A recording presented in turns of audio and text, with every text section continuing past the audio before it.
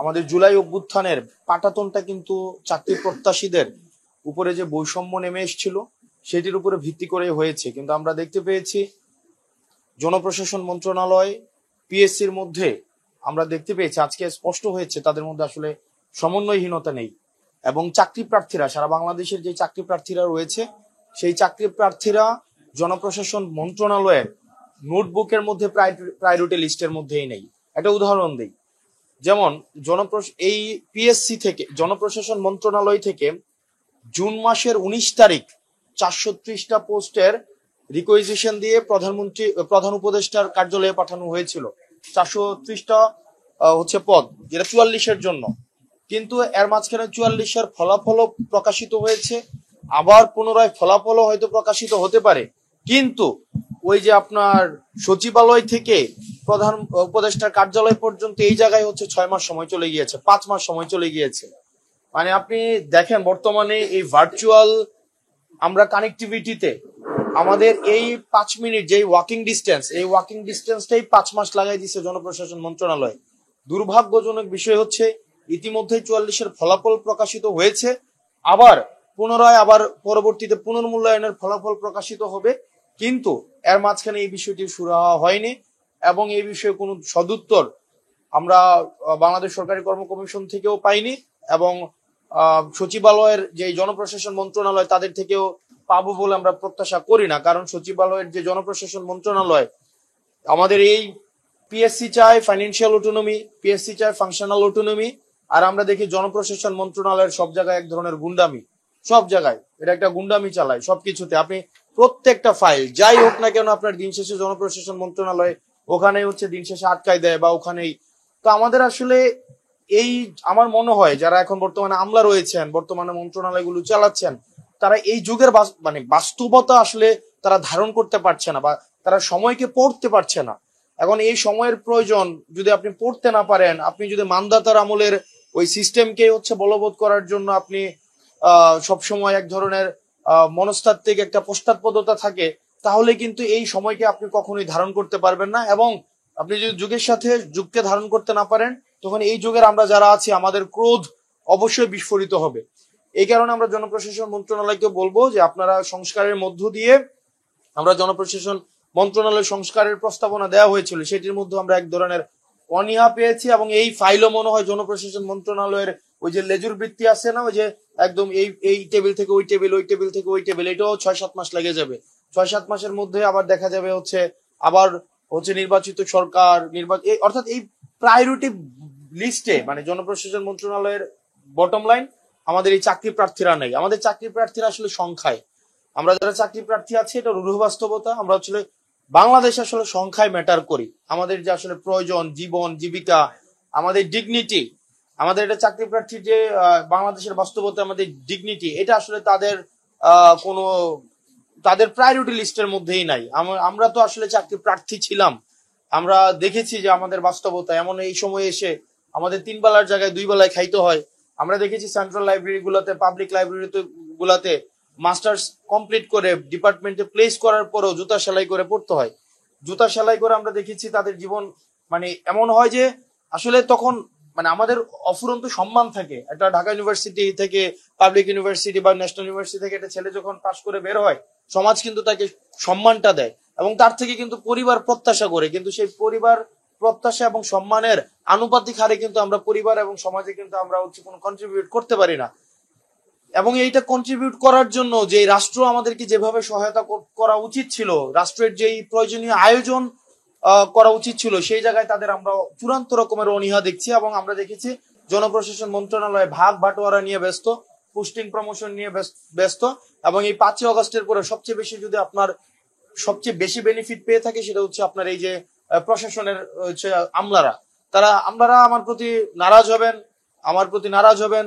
এরকমও মাঝে মাঝে অনেকেই বলেন যে আমলাদেরকে নিয়ে বেশি কথা বললে নির্বাচনে তোমাকে কিন্তু দেখে নিবে, নির্বাচনে কিন্তু তোমাকে আটকাই দিবে।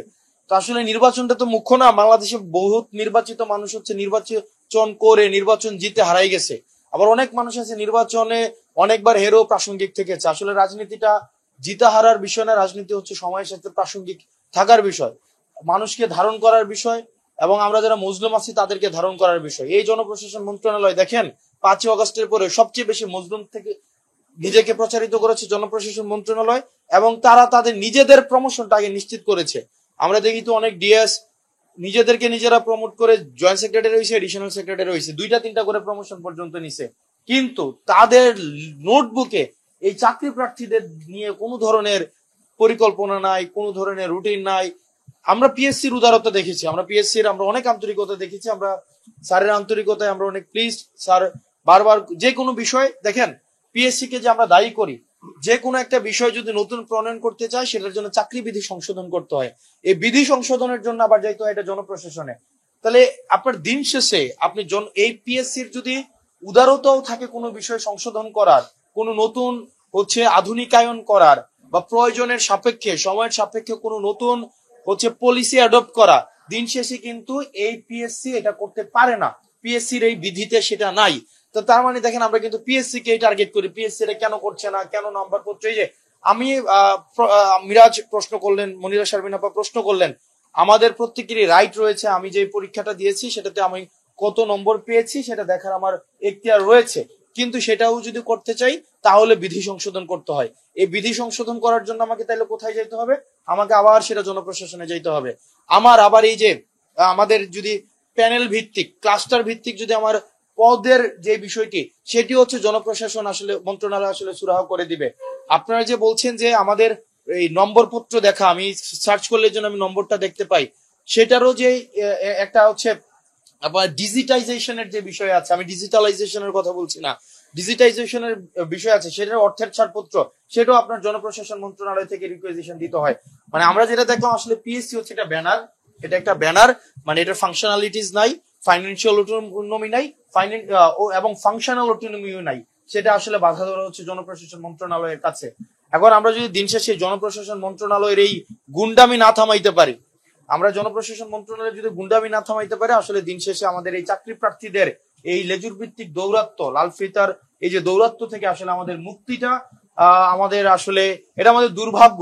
আমরা আসলে রাজনীতিবিদদের নোটবুকেও আমরা নাই, রাজনীতিবিদরাও আমাদের নির্বাচন, তারপর আসন ভাগাভাগি, তারপর পরবর্তীতে মন্ত্রণালয় ভাগাভাগি, সেগুলো নিয়ে ব্যস্ত। আর এটা এটা দুঃখ, আপনারা এখানে চাকরি প্রার্থী আছেন, এটা বাস্তবতা, রূঢ় বাস্তবতা। সেটা আপনারা শুধু সংখ্যায় ম্যাটার করেন, কোন একটা আন্দোলন হোক তখন আপনারা নামবেন পিছনে, একজন রাজনীতিবিদ এসে সামনে দাঁড়াবে, তখন ওই রাজনীতিবিদদের পোর্টফোলিওটা ভারী হবে যে আমার পিছনে অনেক মানুষগুলো আছে। এটা রূঢ় বাস্তবতা, সেই বাস্তবতা মেনে নিয়ে আমরা আমাদের জায়গা থেকে আমরা প্রতিশ্রুতি দিচ্ছি, আমরা এরপরে আমরা জনপ্রশাসন মন্ত্রণালয়ে আমরা কথা বলবো, আমরা যাব, এই গুন্ডামি থামাইতে হবে। আমরা আসলে আমাদেরকে যদি ওই লাল ফিতার দৌরাত্ম, লেজুর ভিত্তিক দৌরাত্ম, এবং আমাদেরকে যদি বলে, আমরা চিন্তা করেন কি পরিমাণ মানে সনাতনী চিন্তা ভাবনা সম্পন্ন, পশ্চাৎপদ চিন্তা, মধ্যযুগীয় চিন্তা ভাবনা সম্পন্ন, 201 নম্বর রুম থেকে 202 নম্বর রুমে তারা চিঠি পাঠায়, এবং এই চিঠিটা প্রথমে যায় আপনার জিপিইউতে যায়, মানে 201 থেকে 201 নম্বরে একটা রিকোয়েজিশন দিবে, ধরেন কিনবে, ময়লার ঝুড়ি কিনবে, তখন এটা চিঠি পাঠাবে, চিঠি যাবে জিপিইউতে, জিপিইউ থেকে এটা অ্যাপ্রুভ হয়ে আবার 202 নাম্বার আসবে, 202 নাম্বার আবার এটা জিপিইউতে পাঠাবে, জিপিইউ আবার 201 নাম্বারে পাঠাবে। অথচ তাদের সাথে তাদের চা খাইতেও দেখা হচ্ছে, মন্ত্রণালয়ে বাদাম এবং ফ্রুটস খাইতেও তাদের দেখা হচ্ছে, নিয়মিত তাদের কথা হচ্ছে, সোশ্যাল এনগেজমেন্ট হচ্ছে, তারা একসাথে মিলে ব্যবসাপাতিও করতেছে, তারা একসাথে মিলে পার্সেন্টেজ ভাগাভাগিও করতেছে, সবই করতেছে, কিন্তু তাদের কাজ করার ক্ষেত্রে এই জিনিসগুলাকে তারা শুধুমাত্র এই যে আমাদের পুরো ফ্রেম, আসলে আমাদের এই প্রশাসনের পুরা মানে খোলনলচে আমাদেরকে পাল্টাই ফেলতে হবে। এটার পরবর্তীতে আমরা মাঝে মাঝে মনে হয় যে কিছুদিন আগে খুবই দুঃখজনক ঘটনা, মাইলস্টোনে যে বিমানটা পড়ছিল, এটা মাইলস্টোনে না পড়ে এটা সচিবালয়ে পড়া উচিত ছিল, এবং এই সচিবালয় থেকে যতদিন না পর্যন্ত আসলে আমাদের এটার যে পরিমাণ, এখানে সবচেয়ে বড় মানে গুন্ডামি, সবচেয়ে বড় স্বৈরতন্ত্র, সবচেয়ে বেশি যারা যারা আমাদেরকে মানুষ মনে করে না, যারা এই এই এই আমরা আরো, তবে এটাও আমাদের আশার বিষয়, সচিবালয়ের মধ্যে কিছু আমলা রয়েছে যারা অনেক বেশি স্মার্ট, আধুনিক, যারা চায় যে যারা পরিবর্তন আনতে, কিন্তু পশ্চাৎপদে কিছু অফিসার রয়েছে, আমলা রয়েছে, যারা মনে হয় যে তারা ইভেন আমি দেখি একজন সচিব বলছেন উনি ফোন ইউজ করেন না, উনি বাটন ফোন ইউজ করেন। আপনি চিন্তা করেন, মানে এই যুগে এসে মানে একটা মানুষ বাটন ফোন ইউজ করেন, এটাকে আসলে এন্টারটেইন করার কোনো বিষয় না, এটা অযোগ্যতা হিসেবে আমাদেরকে বিবেচনা করতে হবে। তো এই যুগের চাহিদার সাপেক্ষেই আমাদের এই বিষয়গুলো সংশোধন করতে হবে, নাম্বার প্রকাশ করতে হবে, আমাদের 44-এর বিষয়টা সলভ করতে হবে। আমরা জোর দাবি দিয়েছি পুনর্মূল্যায়নের আগে যেন এই যে উনাদের 5 মাসের ফাইজলামি, এটাকে ফাইজলামি, উনাদের কাছে মনে হইতেছে উনারা রুটিন ওয়ার্ক করতেছে, কিন্তু এটার সাথে অন্তত 500 ফ্যামিলির জীবন জীবিকা, 500টা ছেলের অন্তত গত 6-7 বছরের স্বপ্ন, গত 20টা বছরের তাদের স্বপ্ন জড়িত, তাদের কাছে এগুলোর কোনো মূল্য নাই। এটার সুরাহা হইতে হবে, নাম্বার 1। নাম্বার 2 হচ্ছে আমাদের যে বিষয়গুলা আপনার মিরাজ ইতিমধ্যেই স্পষ্ট করেছে, আমাদের বিধি সংশোধন করার বিষয়, ভাইবার নাম্বার, ভাইবা যেন চেহারা দেখে না হয়, ভাইবা যেন কোনো ধরনের রাজনৈতিক বিবেচনায় যেন ভাইবাটা না হয়। ভাইবাতে অনেক সময় আমরা দেখেছি বোর্ডের বিভিন্ন বোর্ড ভিত্তিক নাম্বারের তারতম্য ঘটে, সেজন্য আমরা বলেছি এটার একটা রুব্রিক্স থাকুক স্পষ্ট, যে কি কি ক্রাইটেরিয়া আপনারা মার্কসটা দিচ্ছেন, এটাকে অবশ্যই রুব্রিক্স থাকা উচিত।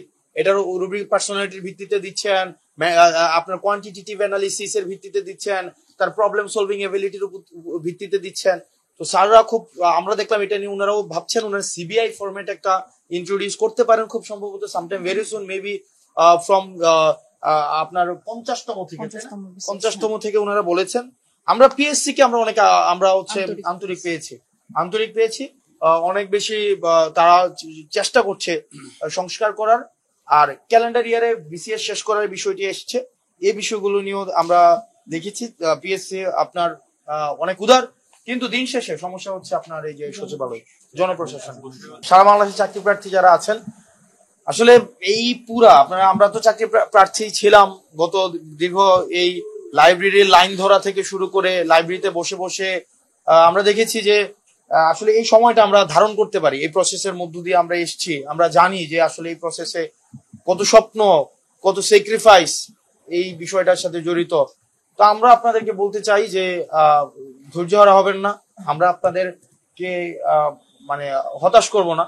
আমরা দেখি জনপ্রশাসন মন্ত্রণালয়ের সাথে আমরা কথা বলবো, আমরা এই ট্রেডিশনাল ফরম্যাটের বাইরে আমাদেরকে নিয়ম অনুযায়ী হবে না, আমার যেটা প্রয়োজন সেই প্রয়োজনের জন্য নিয়ম বানাইতে হবে। মানে বিষয়টা এমন হবে না অতীতে যে নিয়মে চলছে সে নিয়মে চলবে, ব্যাপারটা এমন না। নিয়মের জন্য আমরা না, আমাদের জন্য নিয়ম হইতে হবে। এবং অসংখ্য পোস্ট খালি আছে, আপনি প্রশাসনের অনেক কাজ, আপনি বলেন লুক নাই, আরে লুক নিয়োগ দেন, লুক নিয়োগ দিতে অনীহা, মানে এক ধরনের, মানে এটা না ধরেন খুবই হতাশাজনক। তবে আপনারা আপনাদের যেই বার্তা আমরা পৌঁছে দিব, আমরা চেষ্টা করব আপনাদের দাবিগুলাকে যেন বাস্তবায়ন হয়, সেটার জন্য আমরা আমাদের সাধ্যমতো, আমাদের তো লিমিটেশনস রয়েছে আপনারা জানেন, আমরা লিমিটেশনস এর মধ্য থেকেও আমরা চেষ্টা করবো এই জিনিসগুলোকে ফুলফিল করা।